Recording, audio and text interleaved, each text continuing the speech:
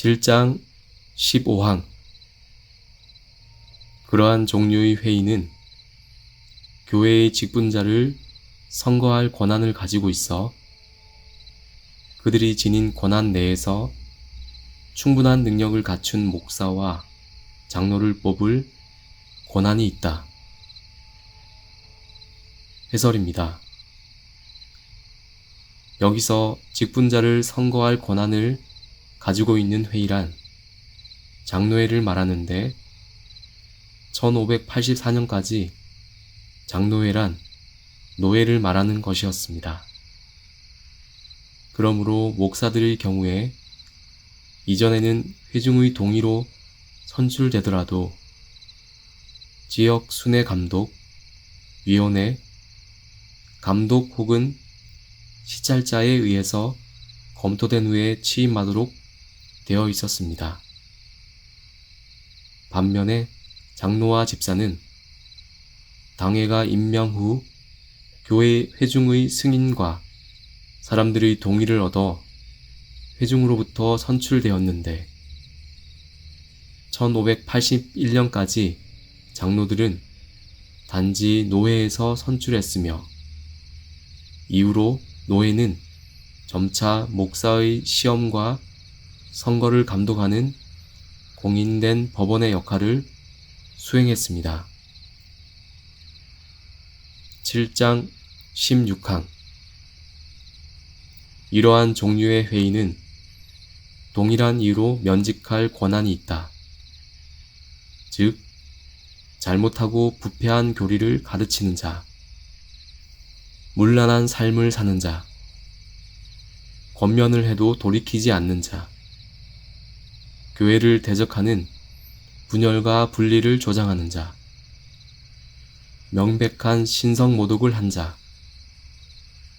성직 매매의 경우 부정한 뇌물을 받은 자, 거짓말을 한 자, 위증을 한 자, 매춘 행위를 한 자, 도둑질한 자, 술에 취하는 자, 법으로 처벌받을 만한 싸움을 한 자, 이자놀이를 한 자, 춤을 추는 자, 사악한 자, 그리고 교회로부터 분리되어야 할 자들이 면직 대상자에 해당한다.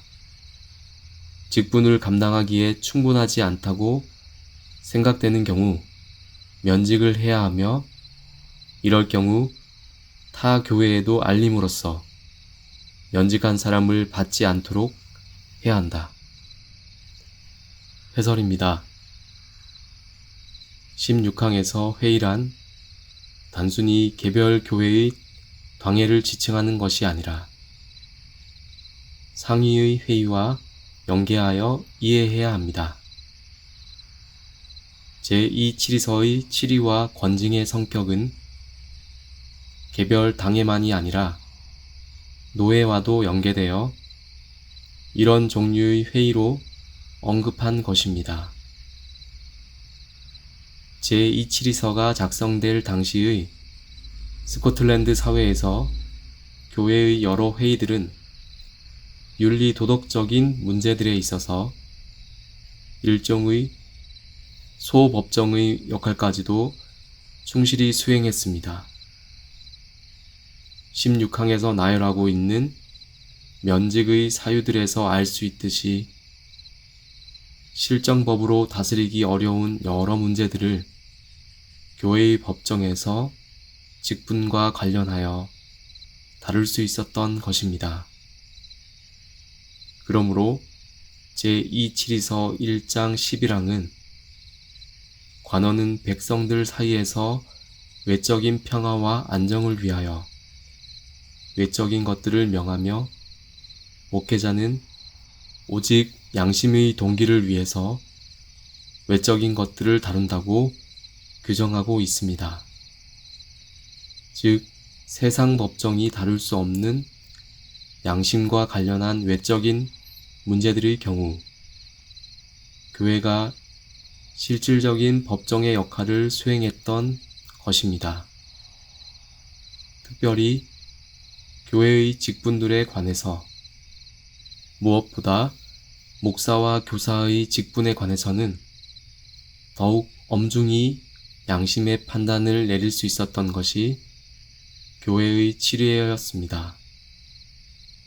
무엇보다 각 교회의 회의들이 유기적으로 긴밀히 연계될 수 있도록, 그러나 개별 교회가 제약과 통제를 받는 방식이 아니라 실질적으로 돌아볼 수 있도록 지역 순회 감독의 기능을 대체하는 시찰자의 역할이 중요하게 수행되도록 했던 것입니다. 그러므로 직분을 감당하기에 충분하지 않다고 생각되는 경우 면직을 해야 하며, 이럴 경우 타 교회에도 알림으로써 면직한 사람을 받지 않도록 해야 한다고 16항에 명시하고 있습니다. 장로교회의 모든 판단은 회의를 통해 결정되는 것이지 특정한 사람이 혼자서 할 수 없습니다. 7장 17항. 그러나 노령, 질병 혹은 기타의 사고들이 직무에서 해임할 조건이 되지는 않는다. 이러한 경우 그들의 명예를 지켜주며 그들의 교회가 그들을 부양하고 다른 사람들이 그들의 직무를 대신할 수 있도록 해야 한다. 해설입니다.